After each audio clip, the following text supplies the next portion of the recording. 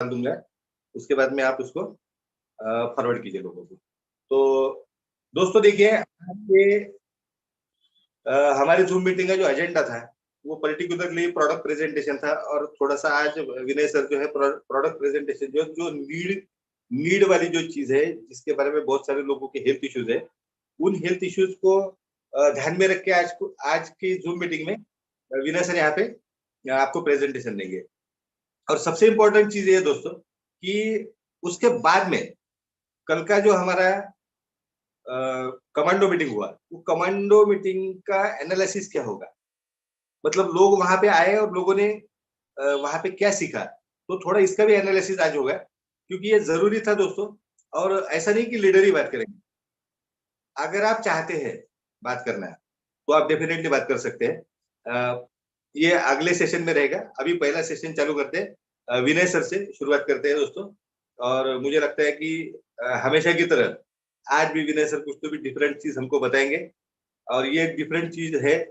आपको देखिए दोस्तों, जब हम इस प्रोडक्ट को प्रमोट कर रहे हैं, एवरेज मोरपर को प्रमोट कर रहे हैं, और इतना बढ़िया प्लेटफॉर्म हमारे पास में है, आज संवाद प्रो जैसा प्लेटफॉर्म है, हमारे सीएमडी हो, चाहे हमारे फाउंडर प्रमोद हेवारे सर हो, चाहे हमारे ट्रेनिंग और सपोर्ट सिस्टम के हेड उतेकर सर हो, ये सब लोग जो है दोस्तों, ये आपके लिए और मेरे लिए असेट्स है, और इनको हम असेट समझ के चलेंगे, ऐसा एक मेरा ओपिनियन है, एक्सपेक्टेशन है। आप लोग भी इन सारी चीजों को आपके असेट समझिए, क्योंकि ऐसी चीजें बार बार जीवन में नहीं मिलती है।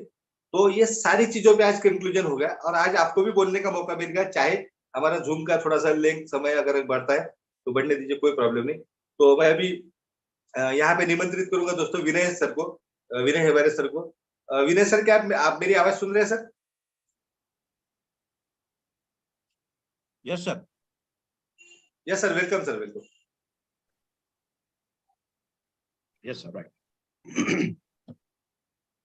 दोस्तों विनय शुरू कर सकते हैं, हम अभी कंटिन्यू करने वाले हैं, तो जल्द से जल्द यहाँ पे 100 का फिगर पूरा होना चाहिए, ये मैं एक्सपेक्ट कर रहा हूँ। Please carry on Vinay sir, thank you. Okay, सभी को प्यार भरा नमस्कार फिर से एक बार। जो पुणे में जो कल कमांडो मीटिंग हुई है, जिससे मैं भी बहुत सारा प्रेरित हुआ हूँ, हालांकि मुझे आने का समय नहीं मिला। तो अभी हम आज का एक प्रोडक्ट सेशन जो है बहुत शॉर्ट में हम डिस्क्राइब करने वाले हैं। जो नेक्रोसिस होता है पेल्विक रीजन का, हमारे हिप जॉइंट्स जहां हम कहते हैं, वहां पे क्या तकलीफ होती है, वहां अपना प्रोडक्ट किस तरीके से काम करता है, इसके बारे में हम थोड़ी सी जानकारी आज के डेट में लेंगे।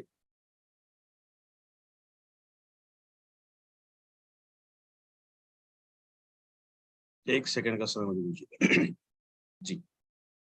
हालांकि आज के इसका प्रेजेंटेशन बनाने का वक्त मुझे नहीं मिला, तो हम ओरली थोड़ा सा जानने का प्रयास करेंगे, और जैसे ये प्रेजेंटेशन बनता है फिर से प्रेजेंटेशन हम सभी ग्रुप में शेयर करेंगे, ठीक है।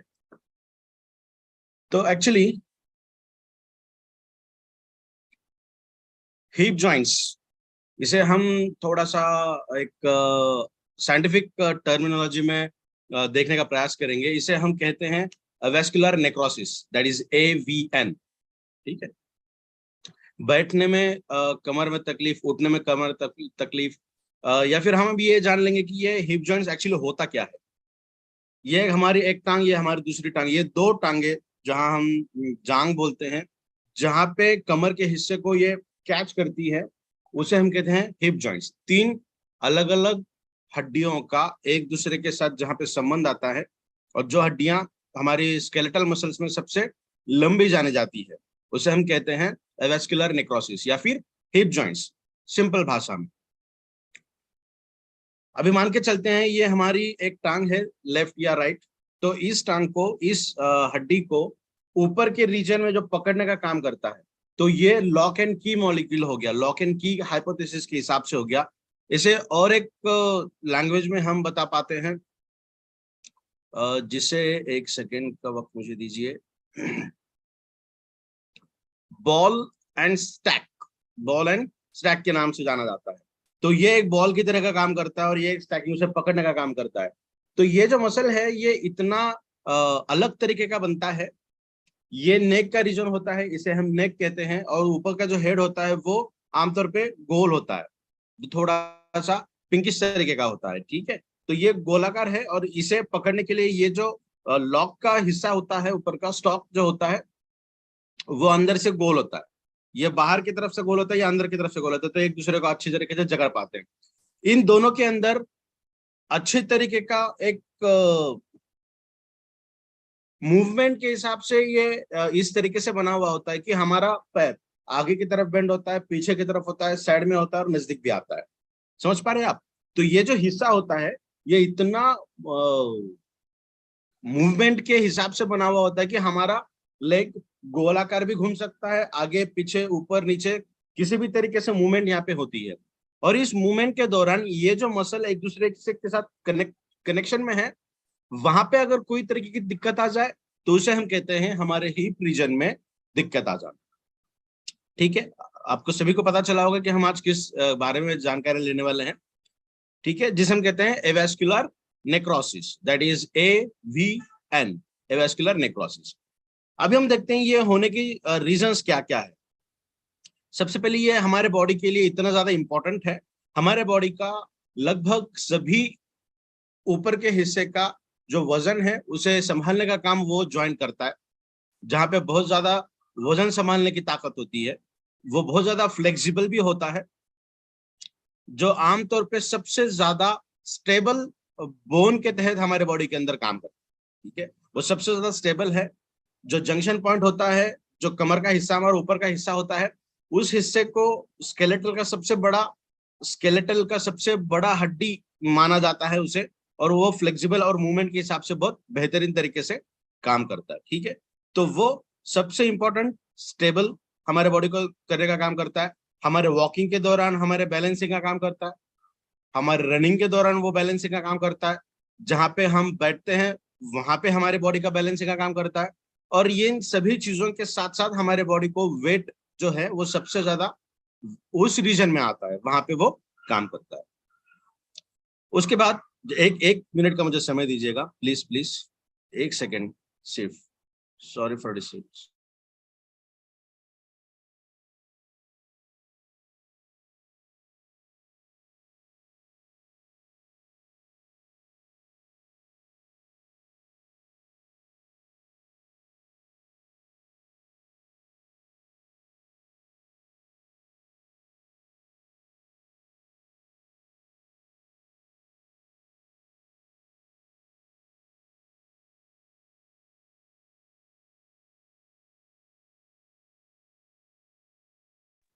सॉरी फॉर इंटरप्शन, में सभी से माफी चाहता हूँ, थोड़ा सा मुझे समय लगा।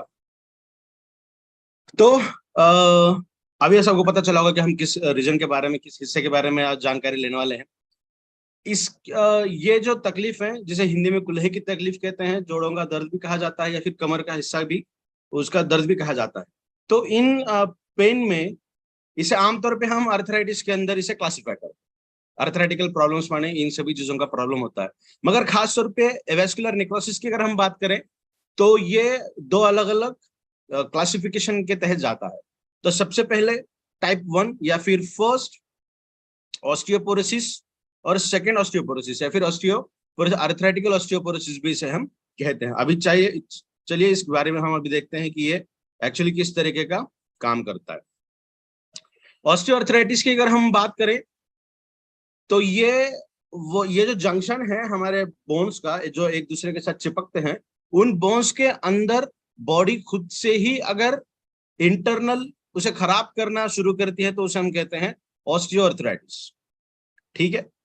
दूसरा, इसे जनरल अर्थराइटिस हम तब कहेंगे जब हमारे उठने बैठने में अगर वहां पे तकलीफ हो तो, ठीक है। तो या तो दो इसके रीजंस हो सकते हैं, या तो हमारी बॉडी अंदर से इसे खराब करने लगती है, या फिर उसके दौरान किसी भी तरीके का रीजन हम बता नहीं पाते कि वो खराब किस वजह से हो रहा है, तो उसे हम कहते हैं फर्स्ट ऑस्टियोआर्थराइटिस या फिर फर्स्ट ग्रेड। सेकंड की अगर हम बात करें तो वहां पे कुछ अलग अलग तरीके की रीजंस हमें देखने मिलती हैं। सबसे बड़ा जो रीजन है वो है हमारे बॉडी को उस पर्टिकुलर रीजन में ब्लड का सप्लाई ना होना, ठीक है। खून का बहाव अगर अच्छी तरीके से वहां पे मेंटेन नहीं किया जाता है तो वहां पे एवास्कुलर नेक्रोसिस होने की संभावनाएं बहुत ज्यादा है। आज के डेट पे अगर हम देखें तो यंगर एज में यंग एज में इस प्रॉब्लम का बहुत ज्यादा देखने में मिलता है। इस प्रॉब्लम को यंगर एज में लगभग 30 से लेके 45 या 50 साल की उम्र के अंदर हम देखें तो यहाँ पे बहुत ज्यादा होता है। फीमेल्स और मेल्स की अगर हम बात करें तो 10 में से 4 मेल्स को और 10 में से 1 फीमेल को, दैट इज 4:1 रेशियो कहा जाएगा।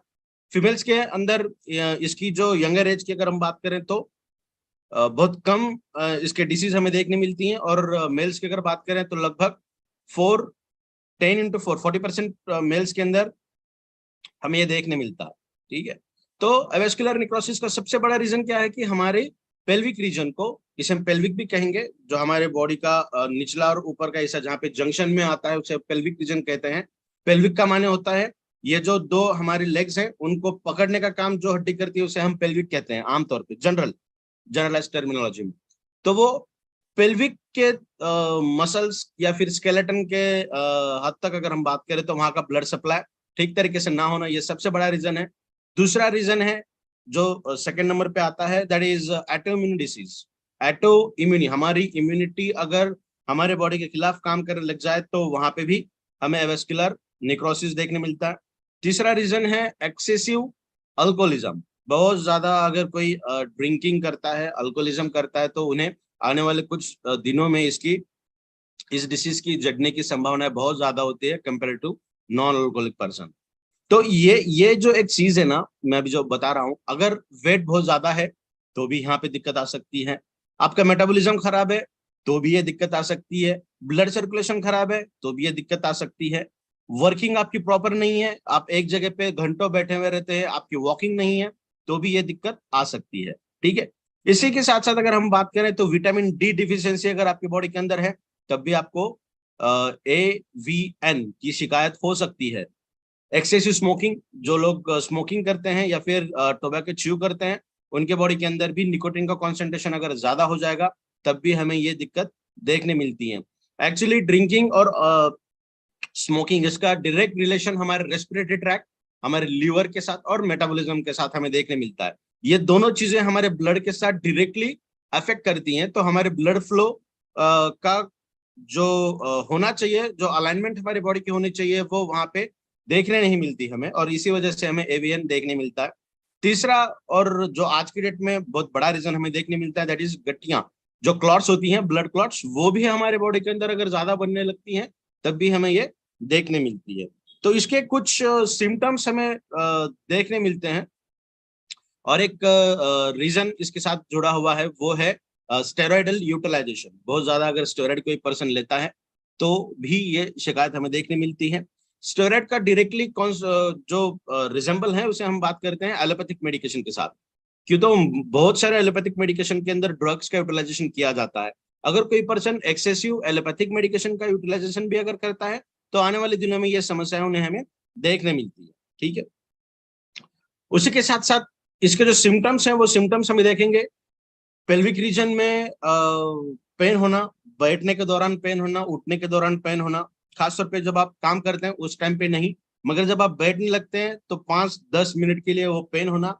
जब आप बैठ के उठते हैं तो भी 5 से 10 मिनट के लिए वो पेन होना, वो प्राइमरी सिम्टम कहा जाता है AVN का, जो हमारे पेल्विक रीजन का जो सबसे बड़ा आज का डेट का दर्द है। उसी के साथ साथ स्टीफनेस, टाइटनेस लगना, जिसे हमें बार बार यूं इस तरीके से जो हम मूवमेंट करते हैं हमारी बॉडी का, वो बार बार अगर करने की जरूरत पड़ती है तो भी हमें प्राइमरी सिम्टम्स वो देखने मिलता है। उसके बाद हिप से लेके घुटने तक ये जो हड्डी हमारी होती है, हमारे थाई मसल, वो जो हड्डी होती है वहां पे अगर आपको पेन हो रहा है तो वो भी एक सिम्टम इसका जाना जाता है। इसी के साथ साथ अगर पेल्विक रीजन का पेन किसी पर्सन को है, किसी पेशेंट को है, तो वो रात के दौरान बहुत ज्यादा बढ़ता है, तकलीफ रात को बहुत ज्यादा होती है कंपेयर टू डे। और दिन भर अगर हम बात करें तो बहुत ज्यादा स्टीफनेस लगता है, सुबह उठते बराबर बहुत ज्यादा वो तना हुआ मसल लगता है हमारा पेल्विक का रीजन। तो ये सब जो सिम्टम्स हैं वो हम डायरेक्टली कोरिलेट कर सकते हैं हमारे AVN के साथ। इसी के साथ साथ एलोपैथिक मेडिकेशन के अंदर जो यूटिलाइजेशन किया जाता है जो हमारे बॉडी के लिए हानिकारक है, वो है एंटी इंफ्लेमेटरी ड्रग्स। में मुझे बताने में बहुत अच्छा लगता है कि हमारे, वो हम बात करेंगे आने वाला अपने प्रोडक्ट के अंदर क्या क्या चीजें हैं। तो सबसे पहले हम एलोपैथिक की बात करेंगे कि क्या क्या यूटिलाइजेशन किया जाता है। एंटी इंफ्लेमेटरी ड्रग अगर बहुत ज्यादा यूटिलाइज करें तो इसका साइड इफेक्ट एवीएन के अंदर होता है, और जो एंटी इन्फ्लेमेटरी ड्रग है वो उसे रिक्वायर और ट्रीटमेंट के तहत काम करने के लिए पाया जाता है। उसी के साथ साथ ब्लड थिनर जो टैबलेट दी जाती हैं, उसका भी एक इफेक्ट होता है कि हमारे बॉडी का जो एवीएन है उसके अंदर वो असरदार तरीके से काम करे। तो भी इसके साथ साथ जो पेल्विक रीजन का जो सिम्टम है, ये पता कैसे करें कि हमें किस तरीके का डिसीज है। तो इसके के लिए ये हमारा स्कैन किया जाता है, जिसके अंदर 4 अलग अलग तरीके के ग्रेड्स हैं। ग्रेड 0 माने सभी चीजें नॉर्मल होती हैं, पेन नहीं होता, उसके साथ साथ क्लिनिकल सिम्टम्स हमें कुछ देखने नहीं मिलती। मगर जो हमारे का जो स्कैन आएगा आपके पास वो एबनॉर्मल तरीके से आता है, तो इसका मतलब वो आप प्राइमरी से भी प्राइमरी सिम्टम में है। जो जूनियर केजी में आप उसके अंदर काम कर रहे हैं, आपकी बॉडी वहां पे धीरे धीरे वो शुरू हो रहा है। ग्रेड 1 जहाँ पे पेन होना शुरू होता है, नॉर्मली सॉरी एबनॉर्मल हमारा स्कैन अपने को देखने मिलेगा। तो धीरे धीरे ये जो बढ़ने लगता है तो स्टेज 3 और स्टेज 4 के पास ही जाता है। स्टेज 3 और स्टेज 4 कंपेरेटिवली बहुत दिक्कत वाली बात होती है कि उसे हम रिवर्ट करें, मगर स्टेज 1 स्टेज 2 को बहुत आसान तरीके से और बहुत जल्दी हम रिवर्ट कर पाते हैं। तो अभी हम देखते हैं कि अपने प्रोडक्ट के अंदर ऐसे क्या खास बात है कि जो एवीएन के अंदर खास तरीके से काम करता है। जैसा सुहास सर ने शुरुआत में ही कहा कि अर्थराइटिकल के साथ अर्थराइटिस के लिए अपने कंपनी का एक मीटिंग हमने पहले ली थी, जिसका एक वीडियो भी अपने पास होगा।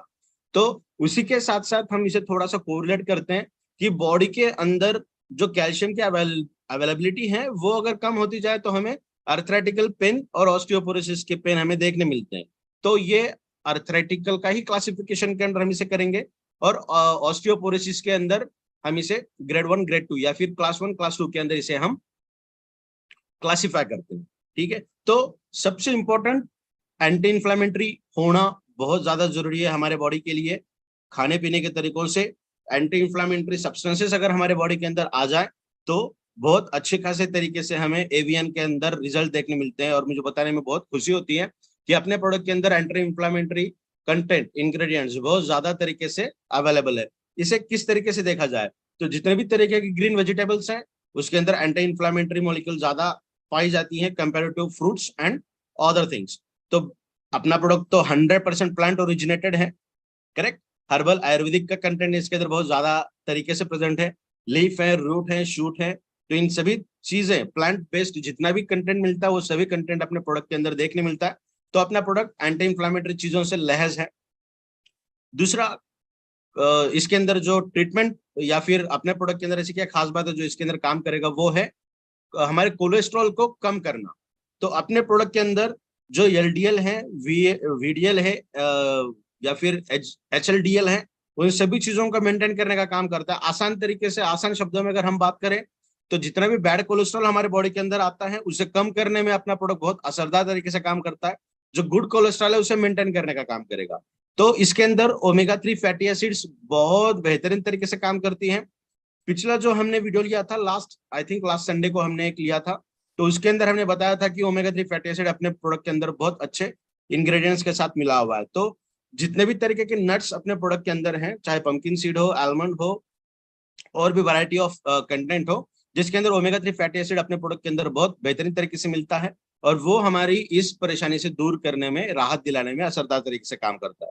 उसके बाद अगर हम बात करें तो एंटीऑक्सीडेंट प्रॉपर्टी बहुत ज्यादा होनी चाहिए हमारे बॉडी के अंदर। एवीएन के अंदर अगर खास तौर पे बात करें उससे राहत मिलने के लिए, तो अपना प्रोडक्ट एंटीऑक्सीडेंट्स का तो वर्ल्ड्स बेस्ट कंटेंट के तहत हम इसे इस्तेमाल करते हैं।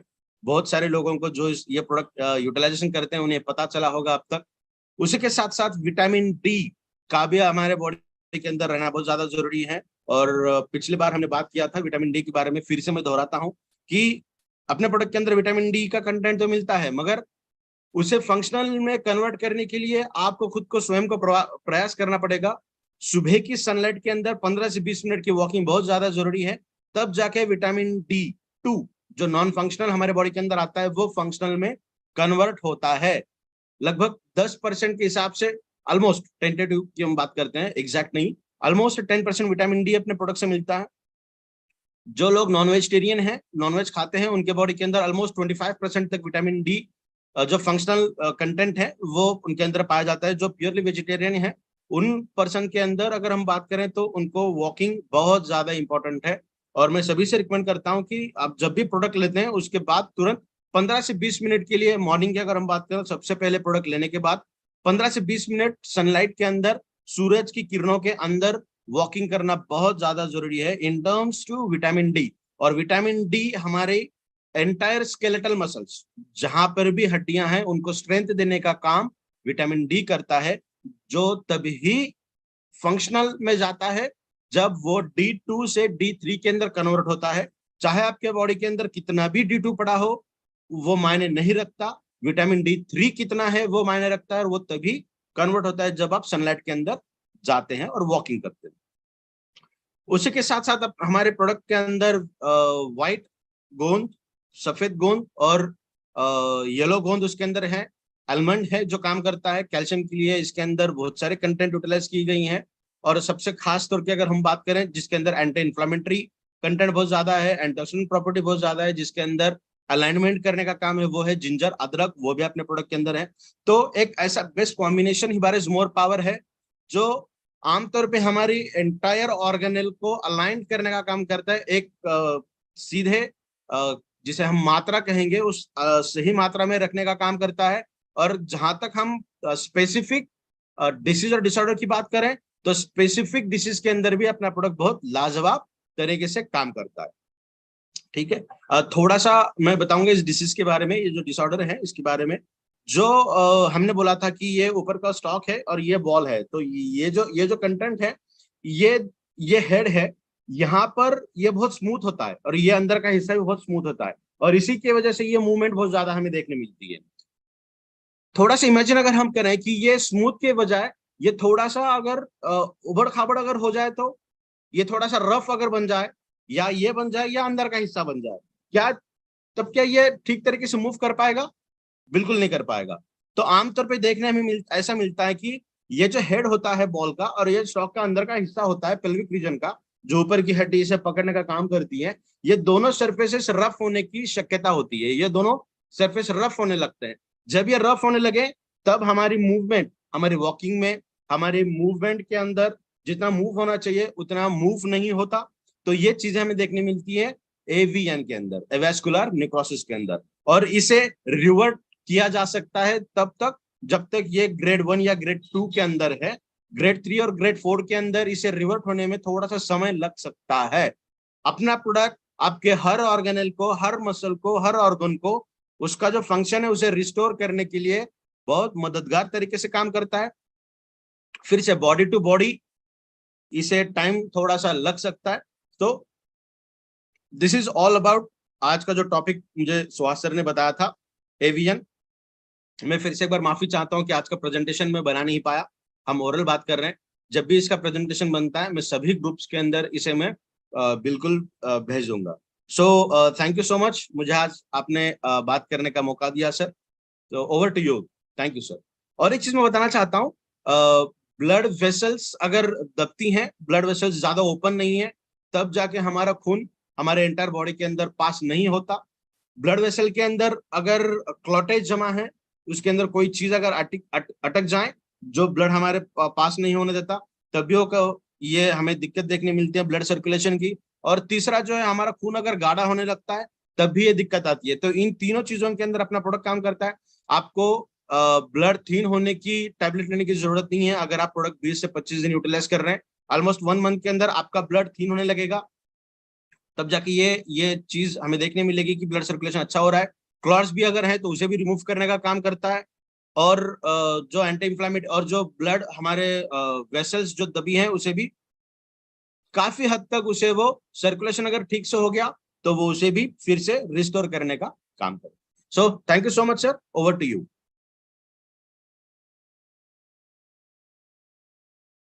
सुहास सर, क्या आप मुझे सुन पा रहे हैं? मेरी आवाज आ रही है sir? Yes sir, yes, perfect. Thank you, thank you, thank you very much Vinay sir, आज के प्रेजेंटेशन के लिए।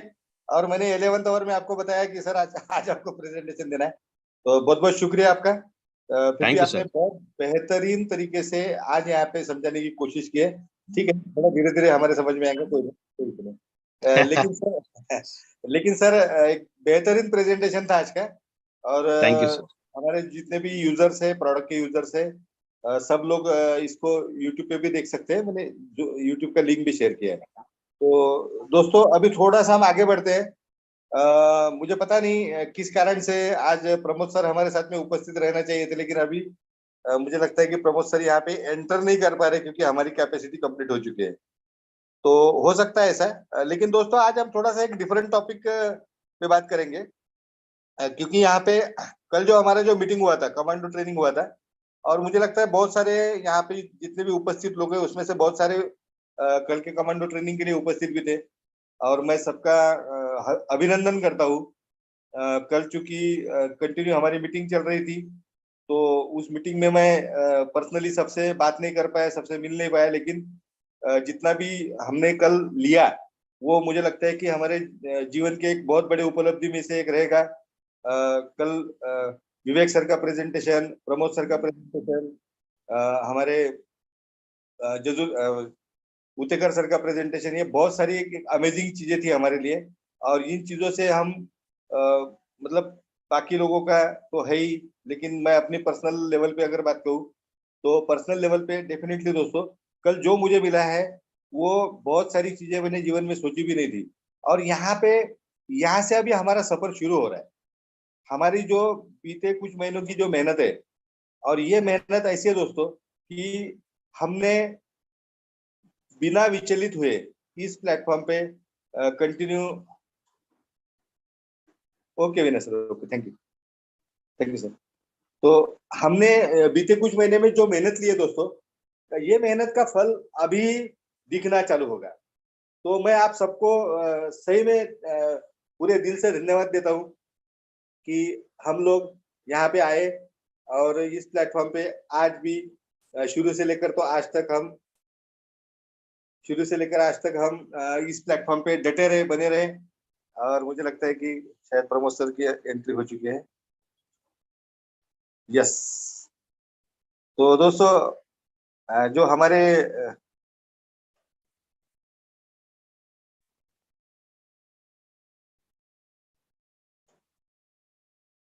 प्रमोद सर, क्या आप मुझे सुन रहे हैं? Good evening sir ji, good evening. Good evening sir, good evening sir, welcome sir. Sir आवाज आ रही है मेरी? Yes sir, yes sir, yes sir. हाँ हाँ, तो साथियों नमस्कार।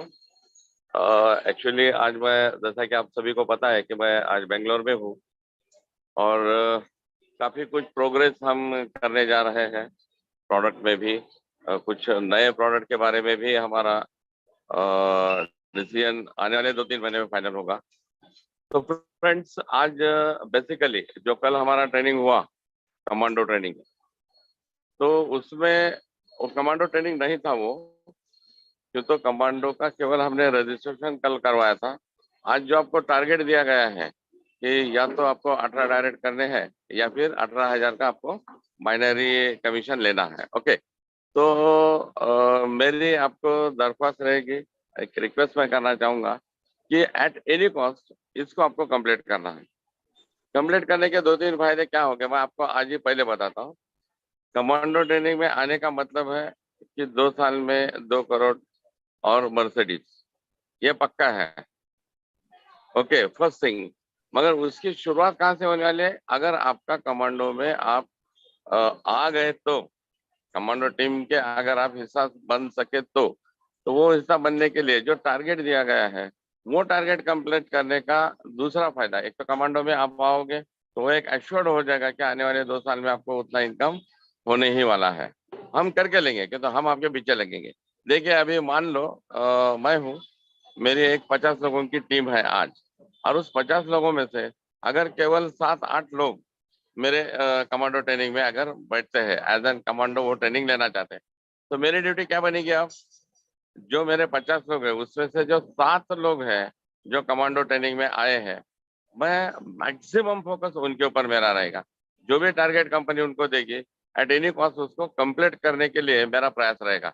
ना कि मैं 43 लोगों के ऊपर उतना ज्यादा ध्यान दूंगा, टीम अपनी ही है, मगर उसके ऊपर उतना ज्यादा ध्यान नहीं रहेगा। क्यों? तो कमांडो में आपका सिलेक्शन होने का मतलब ही होता है कि आप स्वयं तैयार हो, जीतने के लिए आप तैयार हो। और जब आपकी तैयारी अगर है तो फिर नेटवर्क इंडस्ट्री में हमेशा मैं बोलता हूँ कि यूएस 10% ओनली। आप अगर 10% भी अगर कदम बढ़ाते हो तो 90% काम हम लोग करेंगे फ्रेंड्स आपके लिए। तो सिस्टम है ये, केवल अपनी टीम बोलकर नहीं, किसी भी टीम में ऐसा होता है कि अगर कोई बंदा 10% भी आगे बढ़ना चाहता है तो 90% उसके अपलाइन कंपनी बाकी सारे प्रोसेस उसके लिए होते हैं। तो आपको फायदा क्या होने है, कमांडो ट्रेनिंग में आप आएंगे तो आपके सीनियर का एज वेल एज मेरा भी आपके ऊपर पर्सनल ध्यान रहेगा, पर्सनल। हम आपको भी पता है मेरे मैसेजेस सुबह 4 बजे आते हैं, इसका मतलब मैं बहुत ज्यादा सीरियस हूँ इसको लेकर। ओके, तो आपको किसी भी हालत में कामयाब बनाने की पूरी जिम्मेदारी हम पर आ जाती है अगर आप कमांडो में सेलेक्ट हो जाते हो तो। Okay, first thing. सेकंड, अब जब आप कमांडो में आते हो तो आपको बेनिफिट पहला क्या होगा कि कल आपका मेजरमेंट लिया गया है। क्या लगता है आपको जितने लोग आए थे सारे के सारे लोगों को हम यूं ही सूट फ्री में दे देंगे? आज सूट सिलाना, कपड़ा और उसकी सिलाई, अपने एरिया में अगर अपन सूट की सिलाई अगर समझते तो 3,500-4,000 रुपए केवल सिलाई है। हम आपको कपड़ा विद सिलाई आपका परफेक्ट मेजरमेंट लेके आपको अगर हम दे रहे हैं तो उसके पीछे हमारा 4,000 रुपए का करीबन खर्चा है एक व्यक्ति के पीछे। तो आप ये काउंटिंग कर लीजिए कि आप केवल 18 डायरेक्ट कर रहे हो या फिर 18,000 अर्निंग आप कर रहे हो तो आपको ये 4,000 का मुफ्त में गिफ्ट आ रहा है। सबसे इम्पोर्टेंट पहला फायदा, कैसा हम 2 करोड़ कमाने के लिए हमको पहले 2,000 कमाने पड़ेंगे, बराबर है। तो पहला क्या होगा, ये आपको तो ये सूट एज वेल एज ये गारंटी कि हर महीना 3 स्टार होटल में हमारे मीटिंग होने वाले हैं। तो एक एंजॉय भी रहेगा, एक ट्रेनिंग भी रहेगी। कल आपने देखा कि कल की ट्रेनिंग नहीं थी फ्रेंड्स। आप अभी और एक बात ध्यान में रखें, अभी इसके बाद जो ट्रेनिंग होगी वो कमांडो के लिए होने वाली ट्रेनिंग है। दैट्स वाई मेरा केवल आपको इतना ही रिक्वेस्ट रहेगा। आज मैं अभी एक मीटिंग में ऑलरेडी बैठा हूँ यहाँ पर, तो मेरा केवल एक ही रिक्वेस्ट आप सभी को रहेगा कि कुछ भी करने 30 दिन के कभी भी, आप सभी को पता है कि मेरा हमेशा टारगेट रहा है 50% का। क्यों, तो मैं जो दिन है 30 दिन का मतलब लोगों के लिए 30 दिन है, मेरे लिए तो दिन रात है ना। दैट्स वाई कि 15 दिन में ही हम 18 डायरेक्ट करेंगे। 15 दिन के अंदर ही हमारा 18,000 का पेमेंट कैसे हो जाएगा इसके लिए हम प्रयास करेंगे। और एक ही आपको आज ये वादा करता हूँ कि सुहास सर तो आपके पीछे है ही, मगर मैं भी 100% आपके सबके साथ हूँ। आपके सीनियर है, सीनियर के साथ मैं हूँ, कंपनी है। हमें अपने टारगेट कितना, मतलब हम कितने एक्साइटेड है वो दिखाने का मौका आज आपको पहली बार मिल रहा है कि जो भी व्यक्ति, हम तुरंत डिक्लेयर करेंगे कि जिन्होंने 18 डायरेक्ट किया उसका नाम कंपनी के लिस्ट में आ जाएगा कि first commando, number 1 commando, number 2 commando, जिसने 18,000 किया, नंबर 3 कमांडो। तो जितने जल्द आप इसमें आओगे उतना सबके लिए अच्छा है। और मैं चाहता हूँ कि सुहास सर के टीम के सारे लोग 15 दिन के अंदर ही कमांडो के लिए सेलेक्ट हो जाए। आप सभी को वही शुभकामनाएं देते हुए मैं जो सेवा का मौका मुझे सुहास सर ने आज यहाँ पर दिया, आपने और सुहास सर ने, उसके लिए आप सभी का धन्यवाद अदा करता हूँ और wish you all the best. Thank you friends, thank you so much. Thank you sir, thank you very much sir. बहुत आपके बिजी शेड्यूल में समय निकाला हमारे लिए और बहुत बहुत शुक्रिया सर आपका। और आपने जो मैसेज दिया है वो मैसेज का यही अर्थ होता है कि जो भी टारगेट दिया है आपको 1 महीने का हम सब लोगों को, वो हम 15 दिन में पूरा करेंगे और डेफिनेटली पूरा करेंगे सर आने वाले वीक में। और उसके बाद के वीक में ये सारा टारगेट पूरा हो चुका है। ये मेरे तरफ से प्रॉमिस है, पूरी टीम की तरफ से आपको प्रॉमिस है। और हमारे जितने भी लीडर्स है उतने सक्षम भी है कि ये टारगेट आधे महीने में ही पूरा कर सकते हैं। तो दोस्तों बात यही थी कि मैं जैसे बता रहा था कि कल का जो मीटिंग था बहुत सारे लोग उसमें उपस्थित नहीं थे, तो उन लोगों के लिए आज एक्चुअल में ये एक मेजबानी के तौर पे आज का मीटिंग रखा है कि बहुत कल जो लोग आ नहीं सके या किसी कारण से उनका पॉसिबल नहीं हुआ कल की मीटिंग में आना, तो उन लोगों को ये पता चले कि कल क्या हुआ। तो दोस्तों जैसे कि प्रभु सर ने अभी कहा कि एक्चुअल में ये कमांडो मीटिंग था ही नहीं, क्योंकि कमांडो कमांडो जो होता है, कमांडो ट्रेनिंग जो होता है वो कमांडो की तरह होता है। और कल मैं देख रहा था, मैं भी बहुत बार हॉल में से उठ के गया, उसके लिए मैं सॉरी कहता हूँ आप सब लोगों को। लेकिन ये बिल्कुल भी कमांडो ट्रेनिंग नहीं था। और कमांडो ट्रेनिंग ऐसा होता है कि आपको अगर बैठने के लिए बोला जाए तो आप कंटिन्यू बैठेंगे, आपको अगर दौड़ने के लिए बोला जाए तो आप कंटिन्यू दौड़ेंगे। लेकिन मैं शुक्रिया अदा करता हूँ कल राजेंद्र उतेकर सर का, कि उन्होंने बहुत आसान शब्दों में ऐसी चीजें बताई दोस्तों, कि जो चीजें समझने के लिए लोगों को 10-10, 20-20 साल लग जाते हैं। और ये हमारा अचीवमेंट है, ये समर प्रो का एक बहुत बड़ा अचीवमेंट है कि आज ये प्लेटफॉर्म पे ऐसे बड़े बड़े लोगों को हमें सुन